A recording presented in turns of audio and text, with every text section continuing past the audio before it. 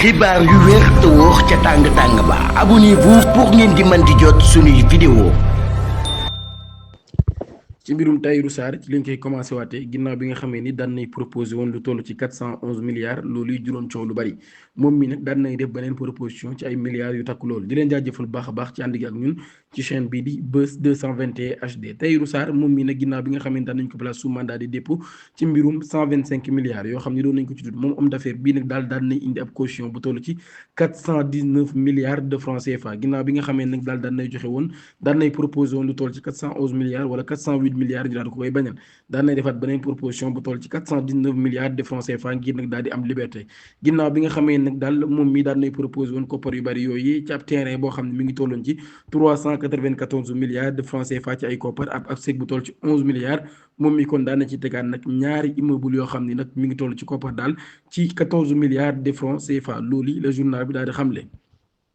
moom mi nag daal ki nga xam ne moo di Tahirou Sarr ñi ngi retracé waat li nga xam ne moo di histoire wax ci parcelles yooyu nga xam ne am na ko ca mbaan mu nekk ab terrain boo xam ne dafa toll ci 80 kilomètres carrés mu indi woon coow ana fan la jëlee yooyu lay terrain loolu nag daal daan na ci indi ay leeral terrain yooyu nag ab ministre bu bokkoon ci régime socialiste moom moo ko daal di moomoon ginnaaw bi nga xam ne nag daf ko hypothéqué woon li nga xam ne moo di banque daal di koy garanti ngir mën a leb ginnaaw loolu nag daal mu daal di ñàkk fay boobu leb xaalis ci la banque daal di jëlee ba yooyu lay terrain daal di koy def li ñuy wax vente aux enchères maanaam daal di koy jaay ci loolu ci la Tahirou Sarr daal di jënd yooyu lay terrain ba daal di koy moom ci li nga xam ni moo di yoon bu légal ngir nag mu daal di renforcer ab caution maanaam daal mu daal di yokk ab caution am ki nga xam ni moo di Tahirou Sarr moom mii daal nay versé kon ci boobu lépp dossier nga xam ne mooy dossier bu caution bi daal ab rapport buy wane daal li nga xam ni nag mooy terrain yooyu fan la ko jëlee ak moomeel gi nga xam ne daan na koy moom kon ngir mu daal di mën a génnee yooyu lay koppar daal koy mën a versé kon bu ko defee moom mii nga xam ne nag moo di Tahirou Sarr mu daal di mën a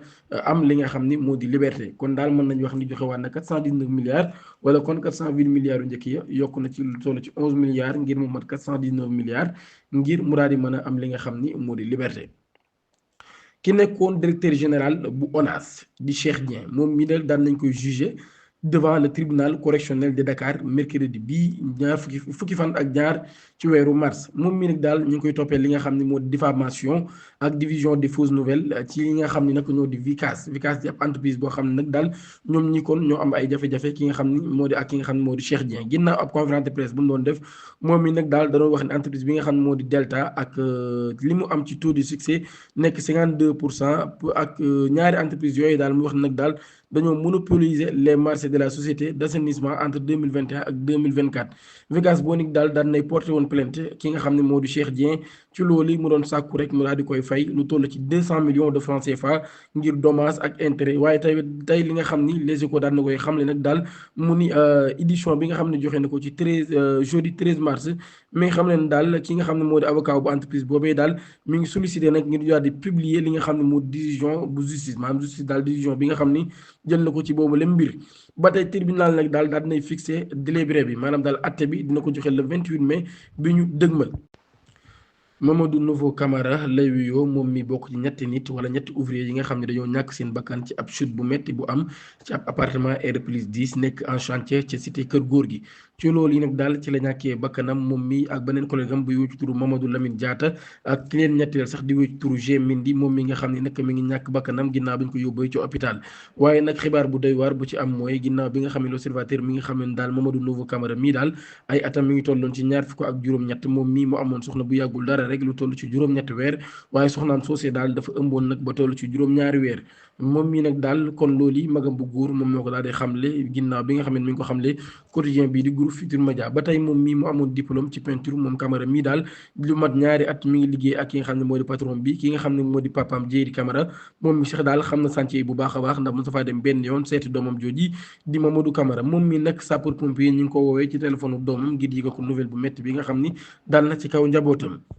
ci ndigal yi nga xam ni le ministre de la justice Ousmane Diagne daf ko daal di joxe ci assemblée nationale ngir ñu daal déclencher ab procédure ngir lever immunité parlementaire bu ki député bii di Moustapha Diop mu nekkoon ab ministre waaye tamit nekk maire bu Louga nekk ab député ci 15e législature yi ci mbirum Tabaski Ngom moom mi nekkoon inspectrice de trésor ñu daal di koy arrêté daal di koy placé sous mandat de dépôt ci janvier 2025 li ñu koy toppee nag di détournement de deniers publics présumé maanaam daal dañ koy toppee sàcc xaalisu askan wi ginnaaw bi nga xamee nag mi ngi doon occupé ab poste d' agent comptable de l' agence d' aménagement et de promotion des sites industrie di APROSI moom mii nag daal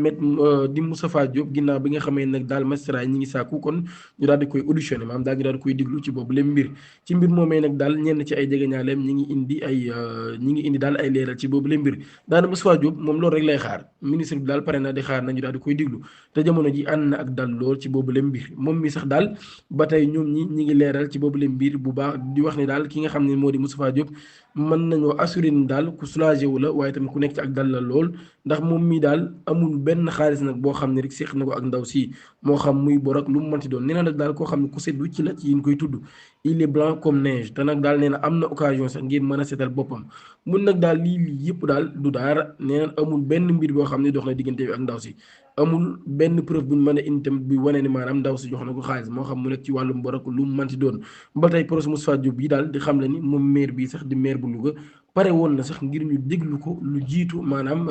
ñuy lever immunité parlementaire am waaye loolu yi nag daal ab avocat am rek moom moo ko daal di bañal